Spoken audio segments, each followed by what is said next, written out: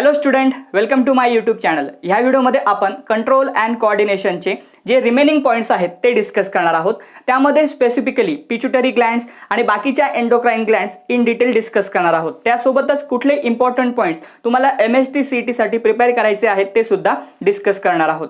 So ह्या व्हिडिओमध्ये सगळ्यात अगोदर आपण डिस्कस करूया ग्लँड्स बद्दल. Glands are of two type, endocrine gland and exocrine gland. आता या दोघांमध्ये काय बेसिक डिफरन्स असतो तो समजून घेऊया.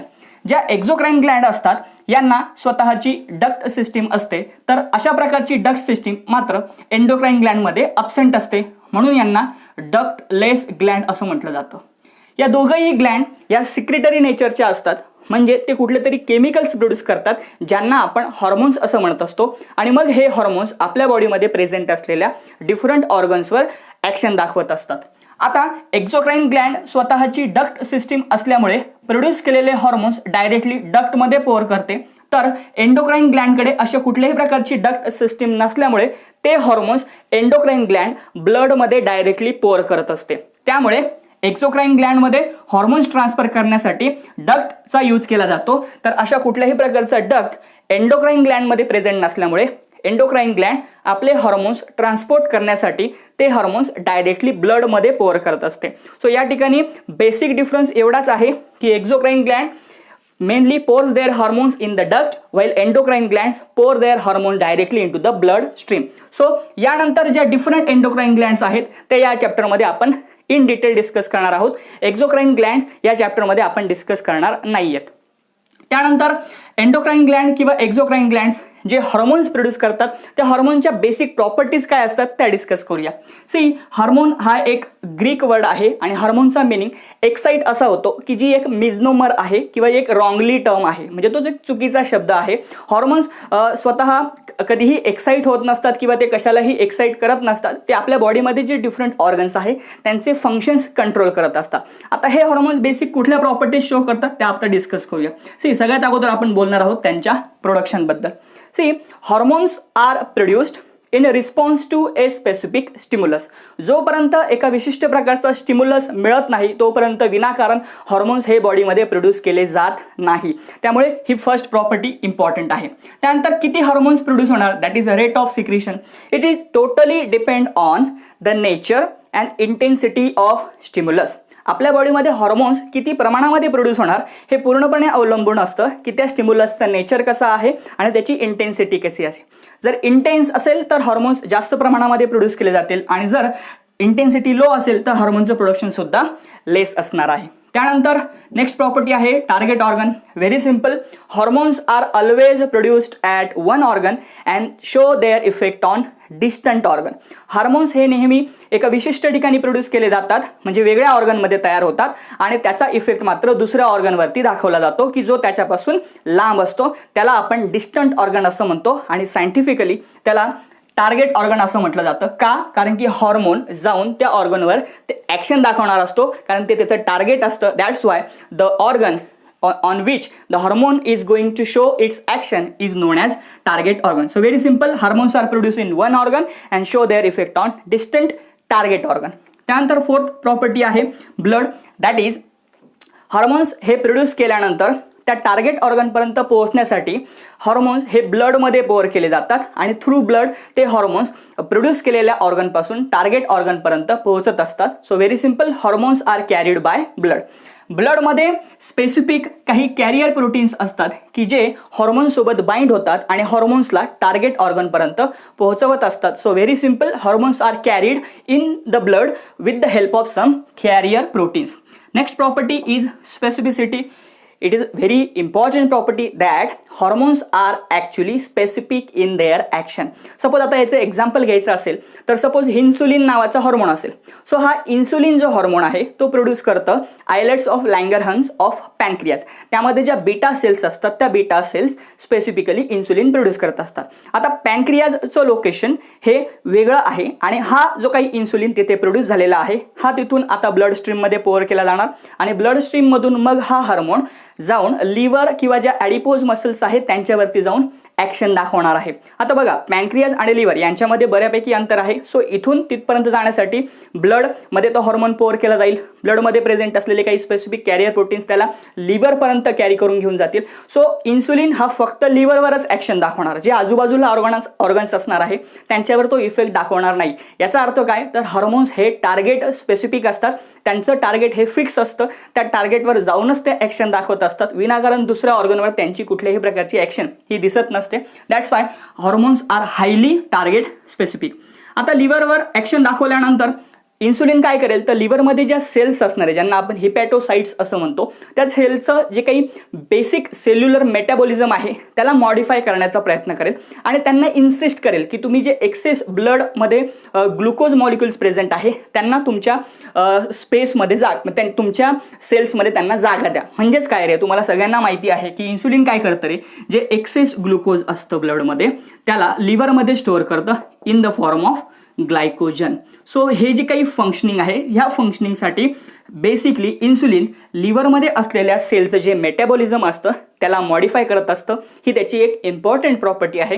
That is hormones basically act by modifying cellular metabolism. सेलचं मेटाबॉलिझम चेंज केल्यानंतर हॉर्मोन्स म्हणजे चेंज करत असतं किंवा ती ॲक्शन हॉर्मोन्स बेसिकली कुठल्याही सेलवरती शो करत असतं. त्यानंतर जी लास्ट प्रॉपर्टी आहे ती सुद्धा फार इम्पॉर्टंट आहे. जसं हार्मोन्स ॲक्शन दाखवते, सो ते ॲक्शन दिसण्यासाठी normal concentration of hormone is important. पण जर हॉर्मोन्स एक्सेसिव्हली सिक्रेट झाले किंवा कमी प्रमाणामध्ये सिक्रेट झाले, म्हणजेच जर हॉर्मोनचं सिक्रेशन एग्रेसिव्हली वाढलं किंवा खूप जास्त प्रमाणामध्ये जर सिक्रेट झाले तरीसुद्धा प्रॉब्लेम असू शकतो. आणि जर हॉर्मोन्स हे कमी प्रमाणामध्ये सिक्रेट झाले तरीसुद्धा खूप साऱ्या डिसऑर्डर्स या बॉडीमध्ये क्रिएट होऊ शकतात. That's why the secretion of hormone should be under control. It should not be excessive or it should not be less. So these are the important properties of hormones. Let us once again revise. Very simple. Hormones are actually produced with respect to any stimulus. Then the rate of secretion of hormone can vary according to the nature and intensity of stimulus. The third property is that hormones are produced at one organ and show their effect on distant target organ. Hormones are mainly carried by blood.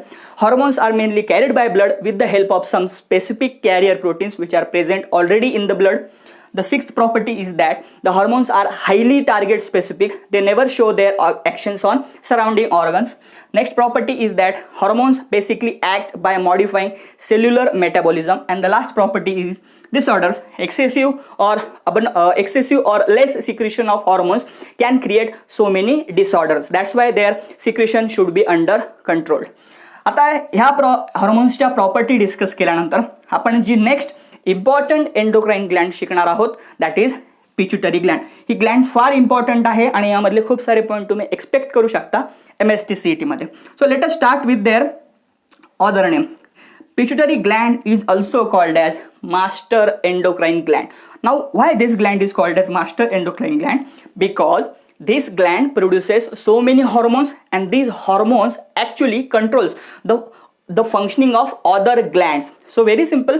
म्हणजे असं समजू शकता तुम्ही की ही Gland खूप सारे hormones produce करते आणि ते सर्व हॉर्मोन्स मग ज्या बाकीच्या एंडोक्राइन ग्लँड्स आहेत त्यांच्यावर कंट्रोल करतात. जसं क्लासरूममध्ये तुम्ही आपण शाळेमध्ये जर बघितलं असेल तर शाळेमध्ये एक मॉनिटर असतो बघा. तो काय करतो, सर्व विद्यार्थ्यांची नावं वर्गामध्ये शिक्षक नसताना मेन्शन करून ठेवतो आणि शिक्षक आल्यानंतर त्यांना सांगतो. Similarly this gland also work. This gland produces some hormones and these hormones will now control other endocrine gland. That's why this gland is called as master endocrine gland. त्यानंतर ही जी ग्लँड असते, ही ग्लँड एक्झॅक्टली असते कुठे, म्हणजे याचं location काय, तर ही जी ग्लँड असते ही वेल प्रोटेक्टेड असते एक सेला टुर्सिकामध्ये. आता हे सेला टुर्सिका काय आहे, तर सेला टुर्सिका हे ॲक्च्युली एका प्रकारचं डिप्रेशन आहे की जे स्पेनॉइड बोनमध्ये प्रेझेंट असतं आणि त्या ठिकाणी ही पिच्युटरी ग्लँड ही वेल प्रोटेक्टेड असते.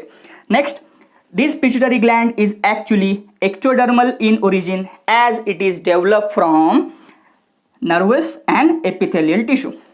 पिच्युटरी ग्लँडचा जो ओरिजिन आहे दॅट इज एक्टोडर्म. तुम्हाला सर्वांना माहिती आहे जर्मलेस 3 टाईपचे असतात, एक्टोडर्म, मेसोडम अँड एंडोडम. सो त्यापैकी जो एक्टोडम आहे, ज्याला आपण आउटर लेअर असं म्हणतो, सो तो आउटर लेअर आहे तो रिस्पॉन्सिबल असतो पिट्युटरी ग्लँडचं फॉर्मेशन करण्यासाठी, ॲज वेल ज्या नर्वस आणि एपिथेलियल टिश्यू असतात त्यांच्यापासून सुद्धा पिट्युटरी ग्लँड ही डेव्हलप होत असते. आता यानंतर पिट्युटरी ग्लँडची जी मॉर्फोलॉजी आहे ती आपण आता डिटेलमध्ये डिस्कस करूया. So pituitary gland is basically divided into two lobes or two parts. The first part is called as anterior lobe while the second one is known as posterior lobe. Anterior lobe ला ॲडिनोहायपोफायसिस असं म्हणतात, तर जो posterior lobe असतो त्याला न्यूरोहायपोफायसिस असं म्हणतात. ॲडिनोहायपोफायसिस हा पोर्शन लार्जर असतो, तर न्यूरोहायपोफायसिस हा स्मॉलर पोर्शन असतो. टोटल पिट्युटरी ग्लँडच्या 75% पोर्शन हा ॲडिनोहायपोफायसिस कव्हर करतो. तर ऑब्वियस आहे की न्यूरोहायपोफायसिस 25% पोर्शन कव्हर करेल. त्यानंतर या प्रत्येक पोर्शनमध्ये सुद्धा सब पार्ट्स आहेत, ते डिस्कस करूया. But before, adenohypophysis is actually develops as an outgrowth and that outgrowth is called as Rathke's pouch. हा इम्पॉर्टंट पॉईंट आहे की ॲडिनोहायपोफायसिस ॲज अ आउटग्रोथ म्हणून डेव्हलप होतो आणि तो डेव्हलप झाल्यानंतर जे स्ट्रक्चर फॉर्म होतं त्याला आपण रॅथकेज पाऊच असं म्हणत असतो. हा इम्पॉर्टंट पॉईंट आहे, तो नोट करून घ्या. यानंतर याचे सब जे पार्ट्स आहेत ते डिस्कस करूया. Adenohypophysis is mainly divided into 3 parts: pars tubularis, पार्स डिस्टालिस and pars intermedia. So let us start with this part. Pars tuberculis. See, the name itself indicates it is a tubular region. It is a tube-like region, right? And it is actually a collar which is formed around infundibulum. So infundibulum हा जो काही part आहे, हा infundibulum actually pituitary Gland आणि hypothalamus या दोघांना connect करत असतो. सो या इनफुंडिबुलमच्या, सपोज हा जर इनफुंडिबुलम असेल आणि ही जर सपोज हायपोथॅलॅमस असेल आणि ही पिच्युटरी ग्लँड असेल, तर हायपोथॅलॅमस आणि पिच्युटरी ग्लँड या दोघांना कनेक्ट करणारा पार्ट हा इनफुंडिबुलम असतो आणि त्याच्या आजूबाजूला एक कॉलर सारखं स्ट्रक्चर पार्स ट्युब्रालिस फॉर्म करत असतो की which is a tubular region. त्यानंतर जो सेकंड पार्ट आहे that is pars distalis. Actually this pars distalis is the largest anterior region. हा जो काही ॲडिनोहायपोफायसिस आहेत यामध्ये सुद्धा जो लार्जेस्ट पोर्शन आहे त्याला आपण पार्स डिस्टॅलिस असं म्हणत असतो आणि यामध्ये खूप साऱ्या एपिथेलिओइड सिक्रिटरी सेल्स प्रेझेंट असतात. That is made up of epithelium and it is secretory in nature. As well this part is actually connected to the hypothalamus by portal system and this portal system is made up of blood sinusoid. हा जो काही part असतो पार्स डिस्टॅलिस हा actually हायपोथॅलॅमसला connected असतो आणि त्या हायपोथॅलॅमसला connection करण्यासाठी एक पोर्टल सिस्टीम असते की जी बनलेली असते ब्लड सायनुसाइड पासून. सो हे इम्पॉर्टंट पॉईंट्स तुम्ही केअरफुली नोट करून घ्या. त्यानंतर नेक्स्ट पॉईंट आहे दॅट इज पार्स intermedia. So what is pars intermedia? It is actually, see, once again the name itself indicate that is intermedia. So it is a intermediate region, or you can say it is a in between region in between pars distalis, which is the part of adenohypophysis, and pars nervosa, which is the part of neurohypophysis. So बघा, pars nervosa हा neurohypophysis चा part आहे, तर pars distalis हा adenohypophysis चा part आहे. या दोघांच्या मध्ये जे क्लेफ्ट असतं, क्लेफ्ट मीन्स सेपरेशन असतं, त्या सेपरेशनला आपण पार्स इंटरमीडिया असं म्हणत असतो. आणि हा जो पार्ट असतो हा ॲक्च्युली ह्युमन्समध्ये नॉन फंक्शनल असतो. हा सुद्धा इम्पॉर्टंट पॉईंट आहे. यानंतर आपण डिस्कस करणार आहोत posterior region of pituitary gland which is called as neurohypophysis and it occupies 25% portion of total pituitary gland. यामध्ये सुद्धा 3 पार्ट्स आहेत, ज्यामध्ये फर्स्ट पोर्शन आहे median eminence, second is infundibulum and the third one is pars nervosa. So let us start with median eminence. Median eminence is actually a swollen median part of hypothalamus. हा basically हायपोथॅलॅमसचा एक swollen part असतो, right, and it comes under neurohypophysis. एवढं important आहे. त्यानंतर इनफुंडिबुलम मी already तुम्हाला सांगितलं आहे की हायपोथॅलॅमस आणि पिट्युटरी ग्लँड या दोघांना कनेक्ट करणारा पार्ट जो असतो त्याला आपण इनफुंडिबुलम असं म्हणत असतो. त्यानंतर पार्स नर्वोसा बद्दल बोलूया. पार्स नर्वोसा हा ॲक्च्युली न्यूरोहायपोफायसिस हा जो रिजन आहे त्यामधला लार्जर पोर्शन आहे. जसं इथे आपण डिस्कस केलं होतं की पार्स डिस्टॅलिस हा लार्जेस्ट अँटेरियर रिजन आहे, तसंच हा पार्स नर्वोसा लार्जेस्ट पोस्टेरियर रिजन आहे. त्यानंतर पार्स नर्वोसामध्ये जे एक्झॉनिक फायबर असतात त्यांचे जे एंड्स असतात त्या एंड्सला नॉब्स असतात आणि त्या नॉब्सला हेरिंग बॉडीज असं म्हटलं जातं आणि त्या हेरिंग बॉडीज रिस्पॉन्सिबल असतात for the secretion of different neuro hormones. So जे काही न्यूरो हॉर्मोन्स प्रोड्यूस केले जातात ते न्यूरो हॉर्मोन्स प्रोड्यूस करण्यासाठी या हेरिंग बॉडीज रिस्पॉन्सिबल असतात की ज्या लोकेटेड असतात पार्स नर्वोसामध्ये. So in this way we have successfully covered the morphology of pituitary gland. यानंतर पिट्युटरी ग्लँडचे जे डिफरंट हॉर्मोन्स आहेत ते फार इम्पॉर्टंट आहे, ते आपण डिस्कस करणार आहोत. त्याचे टार्गेट ऑर्गन्स, फंक्शन्स आणि जे डिसऑर्डर्स आहेत ते इन डिटेल आपण स्टडी करणार आहोत. सो तुम्ही हे अगोदर नोट करून घ्या. यानंतर आपण पिट्युटरी ग्लँडचे हॉर्मोन्स स्टडी करूया.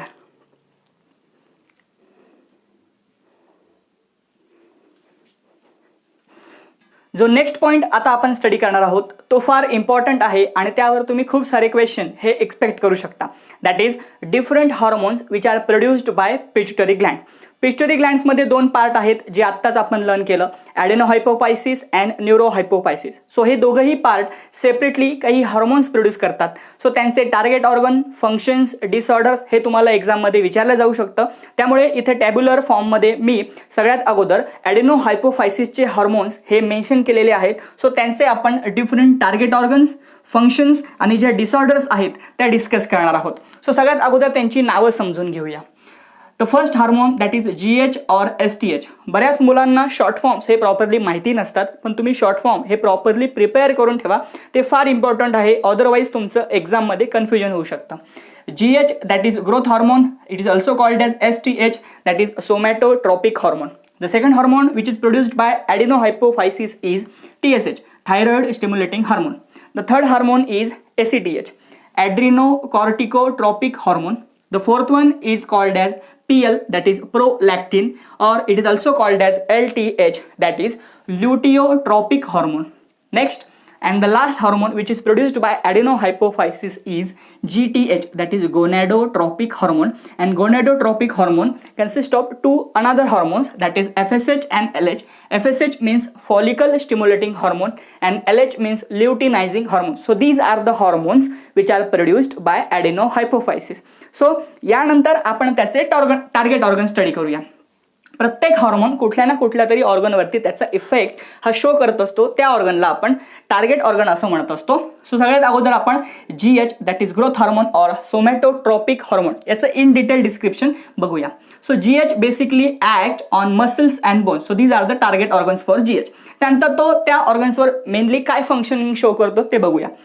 GHचं मेन फंक्शन आहे general growth of the body आणि बेसिकली आपला जो स्केलेटन आहे किंवा जी लिनियर ग्रोथ आहे ती करण्याचं काम हे GH किंवा STH करत असतात. That's why these are responsible for increase in the size of muscles as well as skeleton which leads to linear growth. म्हणजे ओव्हरऑल जी आपली फिजिकल ग्रोथ असणार आहे त्यासाठी जो इम्पॉर्टंट हार्मोन आहे तो GH असतो. त्यानंतर हा हार्मोन लिपोलायसिस सुद्धा करत असतो. आता what is lipolysis? Very simple. Lysis means breakdown and lipo means lipid. So breakdown of lipids, आणि तुम्हाला सर्वांना माहिती आहे lipids are mainly made up of fatty acids.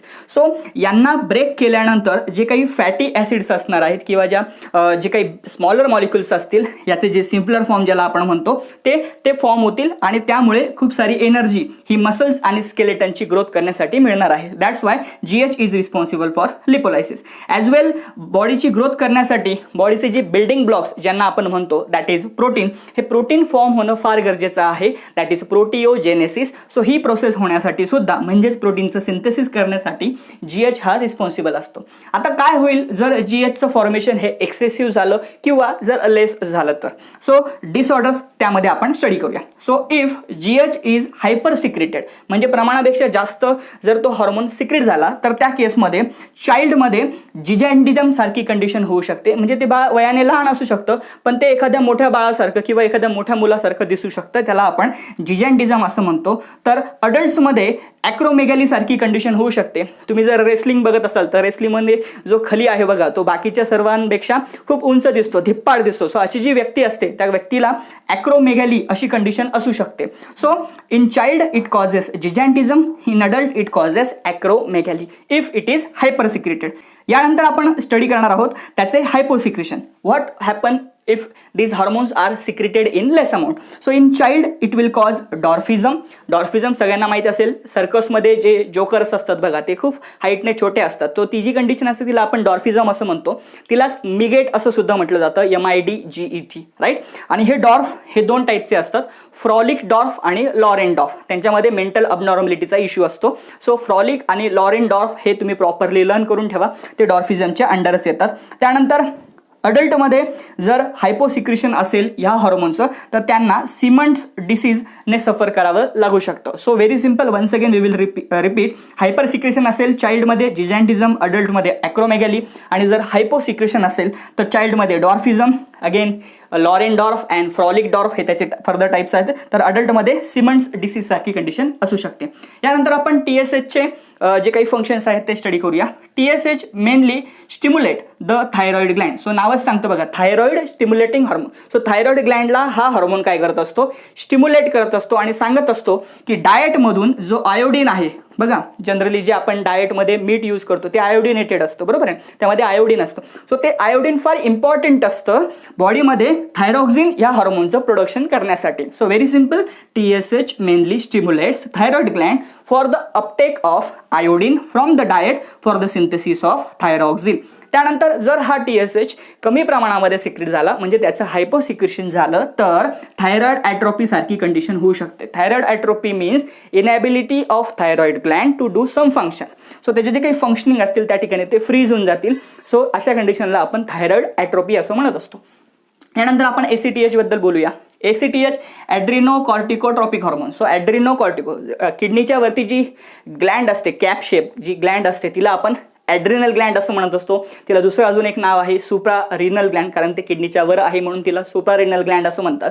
तर त्या ॲड्रिनल ग्लँडमध्ये दोन पोर्शन असतात. जो आउटर पोर्शन असतो त्याला ॲड्रिनल कॉर्टेक्स असं म्हणतात आणि जो इनर पोर्शन असतो त्याला ॲड्रिनल मेडुला असं म्हणतात. आपण पुढे ते डिस्कस करणारच आहोत. पण या ठिकाणी हा जो काही हार्मोन आहे ACTH हा बेसिकली ॲड्रिनल ग्लँडचा जो आउटर पार्ट असतो ज्याला आपण ॲड्रिनल कॉर्टेक्स असं म्हणतो त्यावरती त्याची ॲक्शन दाखवतो. आणि आता काय फंक्शन परफॉर्म करतो तो mainly this ACTH works on adrenal cortex for the synthesis of different hormones like glucocorticoid, mineralocorticoid and androgens. These glucocorticoids are responsible for carbohydrate metabolism while these mineralocorticoids responsible for maintenance of electrolyte balance, that is sodium, potassium, chloride. हे जे काही electrolytes आपल्या बॉडीमध्ये असतात त्यांचा balance maintain करण्याचं काम mineralocorticoids करतात.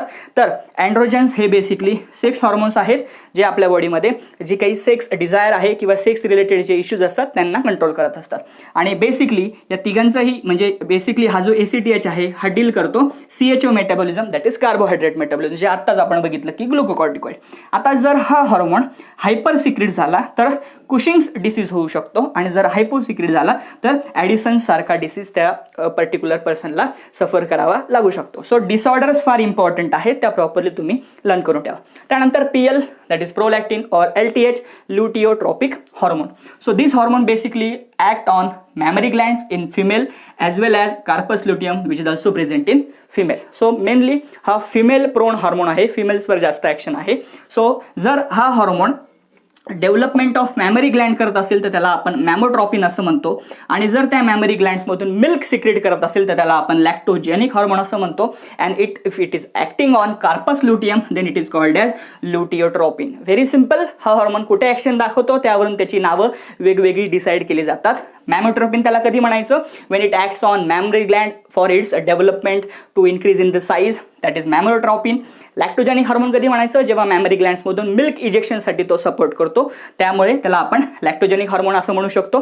तर ल्युटिओट्रोपिन कधी म्हणायचं, ज्यावेळेस तो जे काही कार्पस ल्युटियम सारखं स्ट्रक्चर असतं म्हणजे ओव्हरीमधून एग रिलीज झाल्यानंतर जे काही रिमेनिंग स्ट्रक्चर असतं फॉलिकलमध्ये त्याला आपण कार्पस ल्युटियम असं म्हणत असतो. तर ते कार्पस ल्युटियम ॲक्च्युली त्याच्यावर जर ॲक्शन दाखवत असेल तर त्याला आपण ल्युटिओट्रोपिन असं म्हणत असतो, राईट. सो आता हे हॉर्मोन्स क्लिअर झाले. याच्यामध्ये डिसऑर्डर्स नाही आहेत. डिसऑर्डर याच तुम्ही लक्षात ठेवू शकता की मॅमरी ग्लँडची डेव्हलपमेंट होणार नाही, मिल्क इजेक्शन होणार नाही, तर जे काही कार्पस ल्युटियम एंडोक्राइन ग्लँड म्हणून काम करतं, जे हॉर्मोन्स बनवतं ते हॉर्मोन्स बनणार नाही. सो हे त्याचे डिसऑर्डर्स आहे. त्यानंतर जो नेक्स्ट आणि लास्ट हार्मोन आहे ॲडिनोहायपोपायसिसचा, दॅट इज गोनॅडोट्रॉपिक हार्मोन. त्याच्यामध्ये आपण सगळ्यात अगोदर FSH स्टडी करूया, फॉलिकल स्टिम्युलेटिंग hormone. So हा FSH works on ovary and testis. That means it works in female as well as males. So females मध्ये जर याची ऍक्शन ओव्हरीवर होणार असेल तर it is basically stimulates the germinal epithelium of ovary for the production of eggs and which is known as oogenesis. Ovary मध्ये जे germinal epithelium असतात त्यावर हा FSH फिमेल्स मध्ये ऍक्शन शो करतो आणि एगचं फॉर्मेशन करतो. That is formation of egg which is known as oogenesis. As well हा हार्मोन रिस्पॉन्सिबल असतो फिमेलमध्ये प्रोड्यूस करणाऱ्या इस्ट्रोजनसाठी. That is oestrogen is a female sex hormone. So हा हार्मोन सुद्धा under the influence of FSH produce केला जातो. यानंतर याचे इम्पॉर्टंट फंक्शन्स मेलमध्ये काय असतात ते डिस्कस करूया. सो मेलमध्ये याचं फर्स्ट फंक्शन आहे spermatogenesis, that is formation of sperm. So it is also act on the germinal epithelium of testis for the production of sperms as well as याचे जे important disorders आहे that is infertility in both the sexes, that is female as well as male. आता infertility means what? Very simple, unability to produce child किंवा gametes न produce होणं या कंडिशनला आपण इनफर्टिलिटी असं म्हणतो. कारण जर गॅमेटच प्रोड्यूस नाही झाले तर ते फ्यूज कसे होणार आणि जायगोट कसा फॉर्म होईल आणि मग बेबीची बर्थ कशी होणार. सो सिम्पल आहे, इनफर्टिलिटी सारखी कंडिशन या केसमध्ये होऊ शकते जर FSH सारखा हॉर्मोन प्रोड्यूस झाला नाही तर. त्यानंतर LH हार्मोन बद्दल डिस्कस करूया. LH hormone is mainly act on Graafian follicle which is present in females and interstitial cell which are present in the testes of male. आता हे ऍक्शन्स कसे आहेत? अगोदर फिमेलची ऍक्शन बघूया, मग मेलमध्ये काय ऍक्शन दाखवतो ते बघूया. In female for the release of formed egg, जो एग ओव्हरीच्या आतमध्ये फॉर्म झालेला आहे त्याला रिलीज करण्यासाठी, दॅट इज ओव्हुलेशनसाठी हा हार्मोन रिस्पॉन्सिबल आहे. त्यासोबतच फिमेल सेक्स हार्मोन जो आहे त्याला आपण प्रोजेस्टेरॉन असं म्हणतो. हा हार्मोन जो प्रेग्नन्सी मेंटेन करण्यासाठी सुद्धा इम्पॉर्टंट असतो. That's why it is also called as pregnancy hormone. So हा हार्मोन सुद्धा under the influence of LH produce केला जातो. त्यानंतर मेल्समध्ये याची मेन ऍक्शन आहे that is formation of testosterone. Testosterone is a male sex hormone which is responsible for maintenance of secondary sexual character inside the males. आवाज घोगरा होणे, दाढी मिशा येणं, हे जे काही increase in the growth of muscles, हे सर्व functions are called as secondary sexual character. So हे secondary sexual character under the influence of testosterone बॉडीमध्ये कॅरी आउट केले जातात. त्यासाठी रिस्पॉन्सिबल असतो LH, that is luteinising hormone. आणि याचे सुद्धा डिसऑर्डर ह्याच आहेत की जर हा हार्मोन प्रोड्यूस नाही झाला तर फिमेल्समध्ये ओव्हुलेशन होणार नाही, प्रोजेस्टेरॉनचं फॉर्मेशन होणार नाही, ॲज वेल जो टेस्टोस्टेरॉन हार्मोन आहे तो मेलमध्ये प्रोड्यूस होणार नाही आणि सेकंडरी सेक्शुअल कॅरेक्टर्स हे अपीअरच होणार नाही मेल्समध्ये जर LH हार्मोन हा प्रॉपरली प्रोड्यूस झाला नाही तर. सो इथे आपण इन डिटेल ॲडेनोहायपोफायसिस जे हार्मोन्स प्रोड्यूस करतात ते आपण डिस्कस केलेले आहेत. यानंतर न्यूरोहायपोफायसिस कुठले हार्मोन्स प्रोड्यूस करतात ते आपण डिस्कस करणार आहोत. सो मला असं वाटतं तुम्ही हा चार्ट मेन्शन करून म्हणजे तुमच्या नोटबुकमध्ये नोट करून घ्या. That is so important.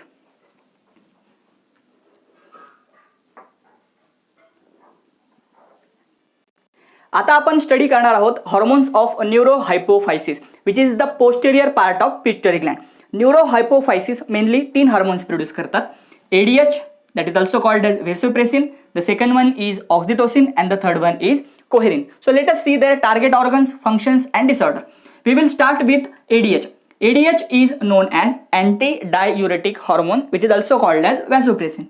ADH हा हार्मोन मेनली नेफ्रॉनवर ऍक्शन दाखवतो. Nephron is the structural and functional part of kidney. नेफ्रॉनमध्ये 2 पोर्शन्स असतात. जनरली जो अप्पर पोर्शन असतो कॅप सारखा त्याला बाउमन कॅप्सूल असं म्हटलं जातं. तो जर तो टेल सारखा पोर्शन असतो त्याला रिनल ट्यूब्युल्स असं म्हणतात. तो रिनल ट्यूब्युल्समध्ये खूप सारे ट्यूब्युल्स आहेत ज्यामध्ये PCT, LH, DCT आणि CT हे पोर्शन येतात. सो त्यामध्ये पण specifically DCT that is distal convoluted tubule and CT that is collecting tubules. So या 2 ट्यूबुल्सवरती नेफ्रॉनच्या ADH हा काय दाखवत असतो त्याची ऍक्शन दाखवत असतो आणि त्याला व्हॅसोप्रेसिन असं का म्हणतात? Because it also act on blood vessel, more specifically on arterioles. आता याचं फंक्शनिंग काय आहे ते स्टडी करूया. ADH mainly responsible for the absorption of water. So त्यामुळे वॉटरचं कन्झर्वेशन म्हणजे पाणी शरीरामध्ये वाचवून ठेवण्याचं काम हा ADH करत असतो. ज्यावेळेस बॉडीमध्ये ब्लड व्हॉल्यूम किंवा ब्लड फ्लूइड व्हॉल्यूम हा डिक्रीज होत असतो म्हणजे बॉडीला सक्त पाण्याची गरज असते, डिहायड्रेशन सारखी स्टेट ही बॉडीमध्ये येऊ शकते जर वॉटर लॉस झाला तर. त्या केसमध्ये मॅक्झिमम युरिनमधून वॉटर रिॲब्झॉर्ब करण्याचं काम एडीएच करत असतो आणि त्यासाठी तो नेफ्रॉनच्या डीसीटी आणि सीटीवरती ॲक्शन शो करत असतो. सो मेन फंक्शन आहे वॉटर कन्झर्वेशन आणि ॲज अ रिझल्ट काय होणार तर युरिनचं फॉर्मेशन होणार नाही, त्यामुळे युरिनचं जे काही आउटपुट आहे ते डिक्रीज होणार आहे, म्हणजे युरिनच प्रोड्यूस होणार नाही. बरोबर आहे. त्यानंतर जे मेन फंक्शनिंग आहे की ज्यामुळे याला व्हेसोप्रेसिन असं म्हटलं जातं, that it is responsible for the constriction of arterioles of the kidney. That's why it increases the blood pressure of kidney. So किडनीच्या आतमध्ये जे प्रेशर आहे ते इन्क्रीज करण्याचं काम हा हॉर्मोन करतो, म्हणून त्याला आपण व्हॅसोप्रेसिन असं म्हणत असतो. राईट. यानंतर आता जर हा हॉर्मोन कमी प्रमाणामध्ये सिक्रेट झाला तर काय डिसऑर्डर्स कॉज होऊ शकतात त्या डिस्कस करूया. Very simple. If ADH is produced in less amount, it will cause a condition that is known as diabetes insipidus. डायबिटीजचे पण दोन टाइप्स आपण या बायोलॉजीमध्ये स्टडी केलेले आहेत, that is diabetes mellitus and diabetes insipidus. Diabetes mellitus means increase in the sugar level in the blood, while diabetes insipidus is caused due to the less secretion of ADH. आता यामध्ये काय होणार तर यामध्ये काही symptoms आपल्याला बघायला मिळतील, that is polyuria which is also called as diuresis. आता होतं काय तर एडीएच मेनली काय करायचं रे तर वॉटरचं कन्झर्वेशन म्हणजे पाणी सांभाळून ठेवायचं. जर हा हार्मोनच कमी प्रमाणात तयार झाला तर वॉटरचं ॲब्झॉर्प्शन होईल का तर नाही, मॅक्झिमम युरिन हे प्रोड्यूस होईल. राईट. ज्याला आपण डायल्यूट युरिन असं म्हणतो आणि त्या कंडिशनला पॉलियुरिया असं म्हटलं जातं किंवा त्याला डायुरेसिस असं सुद्धा म्हणतात, की ज्या कंडिशनमध्ये मॅक्झिमम युरिन हे प्रोड्यूस केलं जाणार आहे, ज्याला डायल्यूट असणार आहे आणि ते बॉडीमधून सिव्हिअरली एक्सक्रीट केलं जाईल आणि वॉटर लॉस हा बॉडीमध्ये होणार आहे. आता वॉटर लॉस झाल्यामुळे त्या व्यक्तीला काय होईल, सारखं पाणी कमी असल्यामुळे सारखं पाणी प्यावं लागणार आहे. सो थर्स्ट म्हणजे त्याला सारखी तहान लागणार आहे आणि मग तो पाणी पिणार. त्या कंडिशनला आपण म्हणणार polydipsia, that is increase in the thirst. त्याला पुन्हा शरीरातलं पाणी कमी झाल्यामुळे पाणी प्यावंसं वाटणार आहे, that is increase in the thirst. Such a condition is called as polydipsia. हे मेजर सिम्पटम्स आहेत डायबिटीज इन्सिपिडसचे. आणि जर हा हॉर्मोन जास्त प्रमाणामध्ये सिक्रेट झाला, if it is hyper secreted, तर काय होऊ शकतं, सिम्पल आहे, युरिन आउटपुट एवढं कमी होऊन जाईल की युरिन फॉर्मच होणार नाही आणि बॉडीमध्ये ॲक्च्युली फ्लूइड व्हॉल्यूम हा इन्क्रीज होऊ शकतो. सो ह्या डिसऑर्डर्स तुम्ही प्रॉपरली लर्न करून ठेवा एडीएचच्या. यानंतर आपण डिस्कस करूया oxytocin. Oxytocin mainly shows on its effect on uterus as well as mammary glands, that is more specifically mammary ग्लँडमध्ये ज्या मायो एपिथेरियल सेल्स असतात त्यांच्यावरती ऑक्सिटोसिन हा त्याचा इफेक्ट दाखवत असतो. त्याचे मेन 3 फंक्शन्स आहेत, त्यामध्ये फर्स्ट इम्पॉर्टंट फंक्शन स्टडी करूया. लेबर पेन इंड्यूस करण्यासाठी ऑक्सिटोसिन हा इम्पॉर्टंट असतो. ऑक्सिटोसिनमुळे त्या फिमेल्समध्ये जो काही युटेरसच्या वॉल्स असतात त्या कन्स्ट्रिक्ट केल्या जातात आणि त्या बेबीला बाहेर पुश करण्यासाठी एक फोर्स जनरेट केला जातो. त्या ठिकाणी त्या लेडीजला पर्टिक्युलरली खूप सारं वर्क करायला लागतं, that's why it is called as labour pain. So हे लेबर पेन इंड्यूस करण्यासाठी ऑक्सिटोसिन हार्मोन इम्पॉर्टंट असतो. त्यासोबतच मिल्क इजेक्शन म्हणजे फिमेल्समध्ये जे मिल्क मॅमरी ग्लँडमध्ये प्रोड्यूस केलं जातं त्याचं इजेक्शन करण्यासाठी सुद्धा ऑक्सिटोसिन इम्पॉर्टंट असतो. ऑक्सिटोसिनचं थर्ड फंक्शन आहे की ऑक्सिटोसिन एंडोमेट्रियमच्या वॉलवर ॲक्शन दाखवतो, so that endometrium can give direction to the sperm so that it will reach to the fertilization site which is present inside the fallopian tube. So fallopian ट्यूबच्या आतमध्ये जो ॲम्प्युला region असतो त्या ठिकाणी स्पर्म आणि एग यांचं fusion होणार असतं. सो त्या ठिकाणी स्पर्म प्रॉपरली पोहोचण्यासाठी त्याला डिरेक्शन देण्याचं काम हे ॲक्च्युली ऑक्सिटोसिन एंडोमेट्रियमवर ॲक्शन दाखवून करत असतो. त्यानंतर जो थर्ड हॉर्मोन न्यूरोहायपोफायसिस प्रोड्यूस करतो that is called as coherin and mainly it acts on the jejunum. You know very well jejunum is the part of small intestine. त्यानंतर कोहेरिन काय functioning perform करतो, so it induces prolong rhythmic and integrated contraction of jejunum. So याचं functioning फार सोपं आहे पण बरेच जण याकडे निग्लेक्ट करतात, तर तसं करू नका, कोहेरिन सुद्धा तेवढाच इम्पॉर्टंट आहे. सो अशा पद्धतीने आपण पिट्युटरी ग्लँडचे जे हॉर्मोन्स आहेत ॲडिनोहायपोफायसिसचे आणि न्यूरोहायपोफायसिसचे हे सर्व हार्मोन्स इथे कव्हर केलेले आहेत. सो तुम्ही हे नोट करून घ्या. यानंतर आपण thyroid gland, adrenal gland cover करणार आहोत.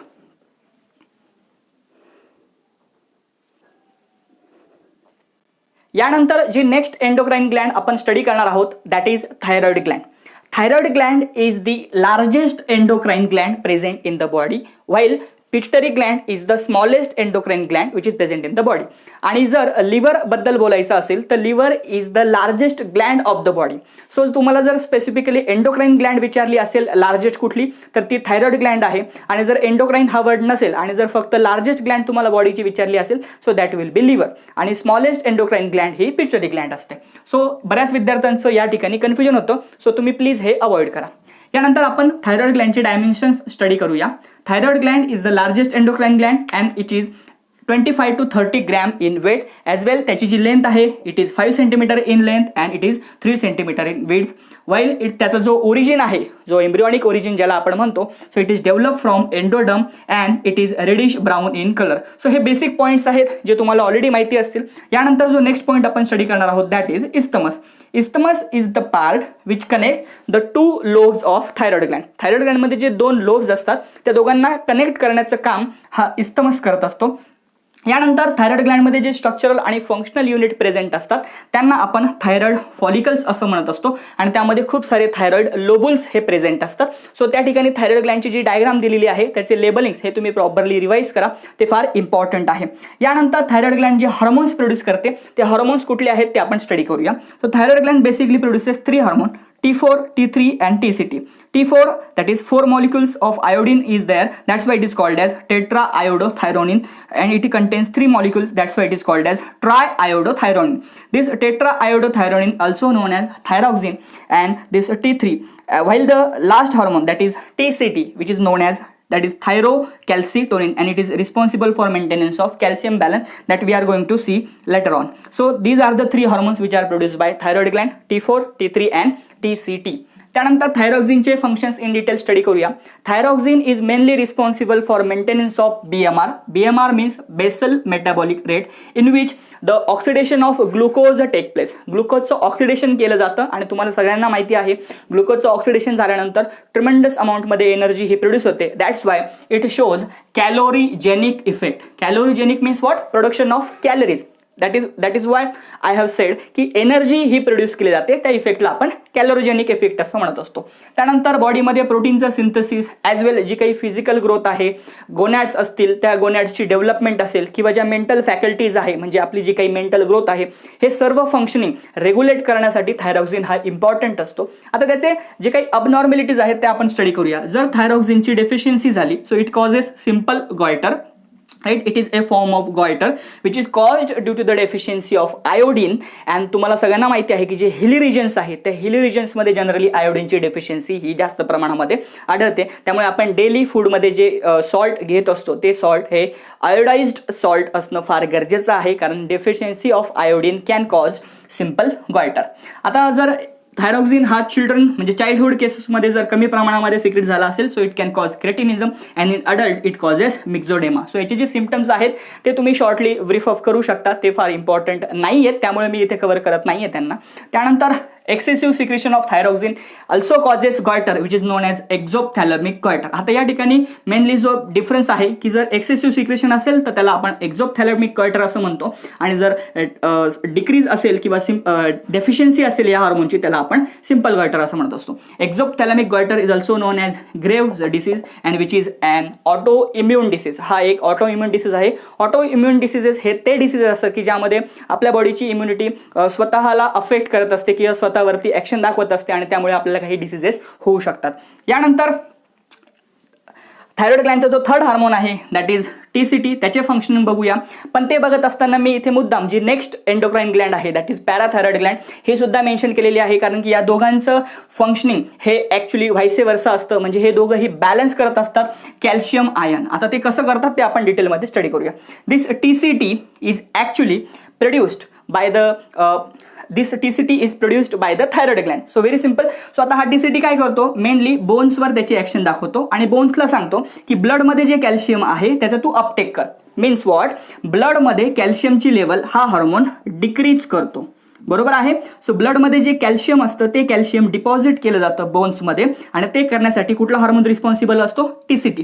सो याच्या एक्झॅक्टली अपोजिट ऍक्शन हा पॅराथायरॉइड ग्लँड दाखवत असते. पॅराथायरॉइड ग्लँड जो हॉर्मोन प्रोड्यूस करते त्याला पॅराथायरॉइड हार्मोन असं म्हणतात. In short it is written as PTH, that is parathyroid hormone. हा हार्मोन काय करतो तर बोन्समध्ये जे कॅल्शियम असतं ते ॲक्च्युली रिमूव्ह करत असतो किंवा बाहेर काढत असतो आणि त्याला डिपॉझिट करत असतो ब्लडमध्ये. सो हा हार्मोन ब्लडमध्ये कॅल्शियमची लेवल इन्क्रीज करतो. तर हा ब्लडमध्ये कॅल्शियमची लेवल डिक्रीज करतो. That's why TCT is called as hypocalcaemic hormone. Right? Hypo means what? Decrease, and calcium means what? Calcium, and mic means what? Blood. So blood मध्ये कॅल्शियमची लेवल हा हार्मोन डिक्रीज करतो. तर हा हार्मोन बोन्स मधलं calcium blood मध्ये आणत असतो, त्यामुळे ब्लड मध्ये कॅल्शियमची लेवल ही इन्क्रीज होते. That's why it is called as hyper calcaemic hormone. That's why I have written these two parts at the same time.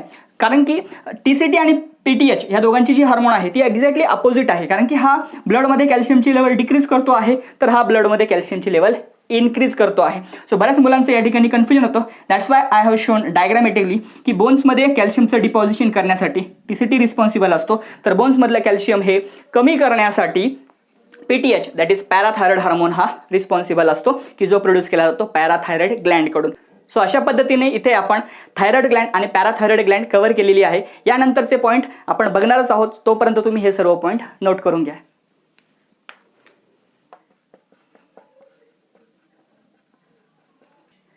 The next endocrine gland in this chapter is thymus. Very simple. Let us see the location of thymus first. Thymus is located on dorsal side of heart and aorta. So heart आणि एओर्टाच्या dorsal म्हणजे मागच्या बाजूला thymus हा present असतो. आणि thymus mainly एक peptide hormone produce करतो ज्याचं नाव आहे थायमोसिन. आणि हा थायमोसिन रिस्पॉन्सिबल असतो to different type of immunity produce करण्यासाठी. आपण already human health and diseases या चॅप्टरमध्ये इम्युनिटीचे 2 टाईप स्टडी केले होते. इम्युनिटी ही 2 टाईपची असते. टी लिम्फोसाइट जी इम्युनिटी प्रोड्यूस करते त्याला आपण सेल्युलर इम्युनिटी किंवा सेल मेडिएटेड इम्युनिटी असं म्हणत असतो. तर बी लिम्फोसाइट जी इम्युनिटी प्रोड्यूस करते त्याला आपण अँटीबॉडी मेडिएटेड इम्युनिटी किंवा ह्युमरल इम्युनिटी असं म्हणत असतो. So cellular immunity is produce by T lymphocyte as well as humoral immunity is produce by B lymphocyte. So thymosin mainly दोघं इम्युनिटी प्रोड्यूस करत असतो, cellular as well as humoral immunity.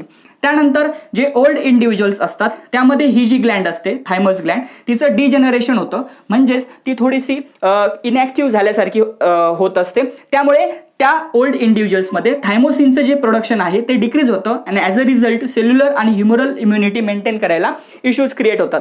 That's why old individual shows weaken immune response. त्यांच्यामध्ये जो immune response असतो तो बऱ्यापैकी weak झालेला असतो. त्याचं मेन रिझन आहे की ओल्ड इंडिव्हिज्युअलमध्ये थायमस ही ग्लँड डिजनरेट झालेली असते, त्यामुळे थायमोसिनचं प्रोडक्शन होत नाही आणि ॲज अ रिझल्ट सेल्युलर आणि ह्युमरल इम्युनिटी ही मेंटेन केली जात नाही. ॲज अ रिझल्ट ओल्ड इंडिव्हिज्युअलमध्ये वीकन इम्युन रिस्पॉन्स आपल्याला बघायला मिळतो. यानंतर जी नेक्स्ट एंडोक्राइन ग्लँड आहे that is adrenal gland. You know very well adrenal gland is also called as supra renal gland because it is located above the kidney. So किडनीच्या वर असते म्हणून तिला आपण सुप्रा रिनल ग्लँड असं म्हणत असतो. सो ह्या ग्लँडमध्ये बेसिकली 2 पोर्शन असतात. सपोज ही जर ॲड्रिनल ग्लँड असेल सो हिचा जो आउटर पोर्शन असतो तिला कॉर्टेक्स असं म्हणतात आणि जो इनर पोर्शन असतो तिला मेडुला असं म्हटलं जातं. So outer cortex produces different hormone while medulla produces different hormones. So we are going to cover both. Let us start with the hormones which are produced by the adrenal cortex. The hormones which are produced by adrenal cortex are called as corticoids. बरोबर आहे. तर आता याच्यामध्ये adrenal cortex जे hormones produce करतात त्यांना आपण corticoids असं म्हणत असतो. तर ॲड्रिनल मेडुला जे हॉर्मोन्स प्रोड्यूस करतात त्यांना कॅटेकोलामाइन्स असं म्हटलं जातं. सो हे प्रॉपरली लक्षात ठेवा कारण त्याच्यामध्ये कॅटेकोल न्यूक्लियस असतो. तर या ठिकाणी जे हॉर्मोन्स प्रोड्यूस केले जातात त्यांना आपण कॉर्टिकॉइड्स असं म्हणत असतो. कॉर्टिकॉइडचे 2 मेन टाइप्स आहेत. First one is mineralocorticoid and the second one is glucocorticoid. The name itself suggest बघा mineralo that means it is responsible for the maintenance of mineral और electrolyte balance in the body. So जे काही minerals असतात sodium potassium chloride यांचा जो balance आहे तो ब्लडमध्ये maintain करण्याचं काम हे करतात, म्हणून यांना मिनरलो कॉर्टिकॉइड असं म्हणत असतात. तर glucocorticoids are mainly responsible for the maintenance of carbohydrate metabolism. Gluco means carbohydrate. So कार्बोहायड्रेटचं जे मेटाबॉलिझम आहे ते मेंटेन करण्यासाठी ग्लुकोकॉर्टिकॉइड रिस्पॉन्सिबल असतात. आता जे याचे मेन एक्झाम्पल्स आहेत ते तुम्हाला लक्षात ठेवायचे आहेत. मिनरलोकॉर्टिकॉइड्सचं जे मेन एक्झाम्पल आहे दॅट इज अल्डोस्टेरॉन, तर ग्लुकोकॉर्टिकॉइडचं जे मेन एक्झाम्पल आहे cortisol. Cortisol is mainly responsible for carry out different inflammatory reactions. या ठिकाणी मुद्दा मी त्याचे फंक्शन जास्त कव्हर करत नाही आहे, पण तुम्ही ते कसे लक्षात ठेवू शकता याची ट्रिक मी तुम्हाला सांगितली आहे की मिनरल्सवरून तुम्ही इलेक्ट्रोलाइट बॅलन्स किंवा मिनरल्स जे बॉडीमध्ये असतात ते मेंटेन करण्यासाठी हे लागतात हे लक्षात ठेवू शकता. तर Gluco means carbohydrate, so it is responsible for carbohydrate metabolism. यानंतर जे third hormones adrenal cortex produce करतो that is called as androgenic steroids which are also known as androgens and which are responsible for the formation of facial, pubic and axial hair. So facial, pubic आणि axial रिजनवरती जे hairs येतात त्यांच्या प्रोडक्शनसाठी androgen responsible असतात आणि हे अँड्रोजन्स adrenal cortex form करत असतो. आता यानंतर आपण ॲड्रिनल मेडुलाचे हॉर्मोन्स स्टडी करूया. ॲड्रिनल मेडुला जे हॉर्मोन्स प्रोड्यूस करतात त्यांना कॅटाकोलामाइन्स असं म्हणतात. तर यामध्ये जे मेन एक्झाम्पल्स आहे that is adrenaline and noradrenaline. Adrenaline is also known as epinephrine while noradrenaline is called as norepinephrine. Already हे जे काही हॉर्मोन्स आहेत आपण इन डिटेल डिस्कस केलेले आहेत. Sympathetic nervous system which is the part of ANS, त्यामुळे मी इथे ते डिटेलमध्ये डिस्कस करणार नाहीये. यानंतर जो नेक्स्ट पॉईंट आहे की या ॲड्रिनल ग्लँडपासून जे काही हॉर्मोन्स प्रोड्यूस होतात त्याचे डिसऑर्डर्स काय आहेत, तर आपण ऑलरेडी त्या डिस्कस केलेल्या आहेत हॉर्मोन्स ऑफ पिट्युटरी ग्लँडमध्ये. जो ACTH हार्मोन आपण बघितला होता ॲड्रिनो कॉर्टिकोट्रॉपिक हार्मोन, त्यामध्ये आपण कुशिंग आणि ॲडिसन्स डिसीज हे डिस्कस केलेले होते टॅब्युलर फॉर्ममध्ये. सो तुम्हाला तेच इथे प्रिपेअर करायचे आहे, त्यामुळे ते इथे मी रिपीट करणार नाहीये. यानंतर ज्या नेक्स्ट ग्लँड चॅप्टरमध्ये दिलेले आहेत त्यामध्ये तुम्ही जर बघितलं तर सगळ्यात अगोदर यानंतर जी ग्लँड येणार आहे दॅट इज पॅनक्रियाज, जी आपण ऑलरेडी डिस्कस केलेली आहे ह्युमन न्यूट्रिशन चॅप्टरमध्ये. त्यानंतरची नेक्स्ट ग्लँड आहे दॅट इज गोनॅड्स, ज्यामध्ये ओव्हरी आणि टेस्टीज येतात, हे आपण डिस्कस करणार आहोत ह्युमन रिप्रोडक्शनमध्ये. त्यानंतर जी नेक्स्ट ग्लँड आहे that is hormones of GIT, gastro intestinal tract. त्यामध्ये 4 हार्मोन्स येतात, गॅस्ट्रिन, सिक्रिटिन, कोलेसिस्टोकायनिन आणि गॅस्ट्रिक इनिबिटरी पेप्टाइड, जे ऑलरेडी आपण ह्युमन न्यूट्रिशनचा जो मी व्हिडिओ अपलोड केलेला आहे त्यामध्ये डिस्कस केलेले आहेत. यानंतर हॉर्मोन्स ऑफ हार्ट आणि हॉर्मोन्स ऑफ किडनी हे ऑलरेडी आपण एक्सक्रिशन अँड ऑस्मोरेग्युलेशनचा जो व्हिडिओ अपलोड केला होता त्यामध्ये डिस्कस केलेले आहेत. आता तुम्ही म्हणाल की सर हे हॉर्मोन्स तर आपण ऑलरेडी तिकडे डिस्कस केलेले आहे. बरोबर आहे, म्हणून या ठिकाणी मी ते परत एकदा कव्हर करत नाहीये कारण की व्हिडिओ फार मोठा होत आहे, त्यामुळे त्याला रिस्ट्रिक्ट करण्यासाठी मी या ठिकाणी तो पार्ट मुद्दाम स्किप करत आहे. तुम्हाला तो जर रेफर करायचा असेल तर मी आता जे व्हिडिओज सांगितले त्या व्हिडिओजमध्ये तुम्हाला ते पार्ट्स डिटेलमध्ये स्टडी करायला मिळतील. यानंतर जो चॅप्टरचा लास्ट पॉईंट आहे that is hormones as messengers. Hormones are mainly act as messenger because they carry because they communicate different messages. आता ते कसे होतात ते आपण स्टडी करूया. हॉर्मोन्स ॲक्शन शो करण्यासाठी मेनली ज्या पार्टला बाइंड होतात त्याला रिसेप्टर असं म्हणतात. What are receptors? Receptors are nothing but the specialize cells, tissues or part of the body which shows affinity towards the hormone. So hormones आणि receptor यांच्यामध्ये natural affinity असते आणि जर त्यांचं स्ट्रक्चर मॅच झालं तर त्या ठिकाणी हॉर्मोन रिसेप्टर कॉम्प्लेक्स फॉर्मात असतो आणि मग जाऊन एक बायोकेमिकल रिस्पॉन्स आणि फिजिओलॉजिकल रिस्पॉन्स आपल्याला त्या ठिकाणी मिळत असतो, ज्याला मी इथे रिस्पॉन्स असं डिनोट केलेला आहे. सो सिंपल आहे, हॉर्मोनची ॲक्शन ही शो करण्यासाठी receptors are so important. So mainly hormones show their action on 2 different types of receptor. Suppose ही सेल असेल तर सेलचा हा जो काही आउटर पार्ट असतो त्याला आपण सेल मेम्ब्रेन असं म्हणत असतो. सो इथे सुद्धा काही हॉर्मोन्स प्रेझेंट असतात, त्या हॉर्मोन्सला आपण मेम्ब्रेन बाउंड रिसेप्टर, इथे सुद्धा काही रिसेप्टर्स प्रेझेंट असतात. सो ह्या रिसेप्टरला आपण मेम्ब्रेन बाउंड रिसेप्टर असं म्हणत असतो. तर काही रिसेप्टर हे सेलच्या आतमध्ये जे न्यूक्लियस असतो तिथे प्रेझेंट असतात, तर त्यांना इंट्रासेल्युलर रिसेप्टर असं म्हणतात. So membrane bound receptor are known as extracellular because they are present outside the cell, while these intracellular receptors are present inside the cell, or you can say inside the nucleus. That's why they are called as intracellular receptor. आता या दोघं ठिकाणी हॉर्मोनची action जी असते ती ultimately same असते, फक्त slight change आहे. तो असा आहे की ज्या वेळेस हॉर्मोन्स हे एक्स्ट्रासेल्युलर रिसेप्टर म्हणजेच मेम्ब्रेन बाउंड रिसेप्टरला बाइंड होतात तर त्या ठिकाणी काही सेकंडरी मेसेंजर्स हे प्रोड्यूस केले जातात आणि ते तुम्हाला एक्झाममध्ये विचारले जाऊ शकतात. त्यामध्ये CAMP that is cyclic AMP, त्यानंतर IP3 इनोसिटॉल ट्रायफॉस्फेट यासारखे सेकंडरी मेसेंजर्स हे प्रोड्यूस केले जातात अलॉंग विथ कॅल्शियम. सो हे तुम्हाला प्रॉपरली या ठिकाणी लक्षात ठेवायचं आहे. आता असे कुठले हॉर्मोन्स आहेत की जे मेम्ब्रेन बाउंड रिसेप्टरला बाइंड होतात? त्याचं एक्झाम्पल आहे FSH that is follicle stimulating hormone, जे ऑलरेडी आपण डिस्कस केलेला आहे. त्यानंतर इंट्रासेल्युलर रिसेप्टरला बाइंड होणारा हार्मोन कुठला आहे? That is oestrogen. सो तुम्ही अशा पद्धतीने हे जे हॉर्मोन्स आहेत ते कशा पद्धतीने मेसेंजर म्हणून काम करतात हे आपण या ठिकाणी स्टडी केलेलं आहे. सो तुम्ही हे प्रॉपरली स्टडी करा, कारण हे इम्पॉर्टंट आहे. यामध्ये स्पेसिफिकली जे सेकंडरी मेसेंजर्स दिलेले आहेत हे फार इम्पॉर्टंट आहे.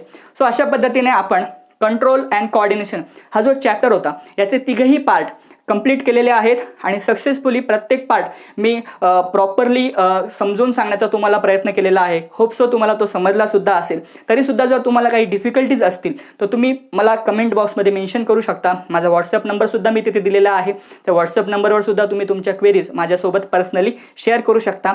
यासोबत मी डिस्क्रिप्शनमध्ये तुम्हाला माझ्या टेलिग्राम चॅनलची लिंक दिलेली आहे, जिथे मी दररोज कुठले ना कुठले तरी क्विज हे कंडक्ट करत असतो आणि ते क्विजसुद्धा तुम्ही त्या ठिकाणी सॉल्व्ह करू शकता, जो तुम्हाला आयडिया येऊ शकते की आपण टॉपिकमध्ये जे शिकलेलो आहोत ते आपल्याला सॉल्व्ह करता येतं की नाही.